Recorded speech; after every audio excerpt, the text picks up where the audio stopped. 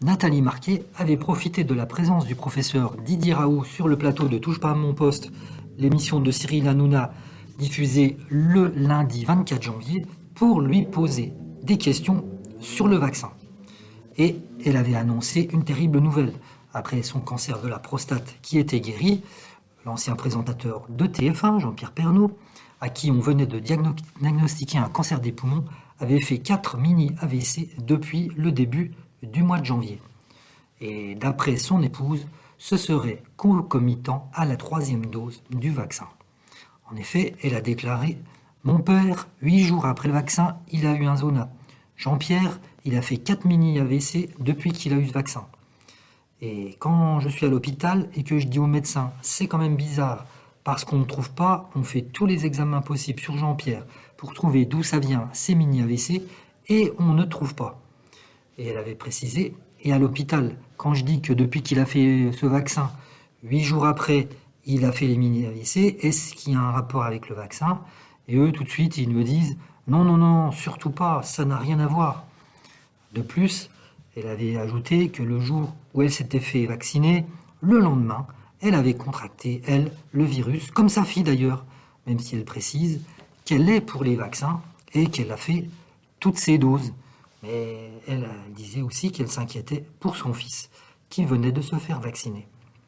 La réponse du professeur Raoult ne l'avait pas vraiment éclairé sur le sujet. Le professeur avait commencé à expliquer que d'abord, il y a des doses pour lesquelles il faut du temps pour analyser toutes les données. Et quand on regardait pour l'histoire de la sclérose en plaques et de l'hépatite B, il avait fallu quelques années pour qu'on ait des éléments pour tirer des conclusions. Et il disait que sur ce vaccin, il y a des choses qu'on mettra longtemps à comprendre. Et il y en a d'autres, quand il y a des événements rares, c'est ce qu'on arrive bien à repérer. Et c'est quand les événements rares sont plus fréquents après la vaccination. Ils attirent plus l'attention. Là, pour ce vaccin-là, c'était le cas avec des thromboses vasculaires chez les femmes jeunes. Et il avait complété en expliquant les AVC ou le zona, ce sont des choses qui sont fréquentes. Il faut faire des tests statistiques et avoir des groupes de comparaison pour pouvoir comprendre.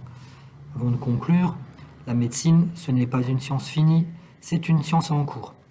Voilà, des réponses qui n'avaient pas fait progresser beaucoup le débat. En tout cas, toujours est-il qu'aujourd'hui, Jean-Pierre Pernaut n'est plus là. Est-ce que vraiment les AVC sont dus au vaccin? Personne ne le saura jamais. En tout cas, Jean-Pierre avait un cancer du poumon et on nous dit qu'il n'est pas mort de ça. On nous dit qu'il est mort à cause de tous ces soucis-là, les AVC, et puis également une opération à cœur ouvert.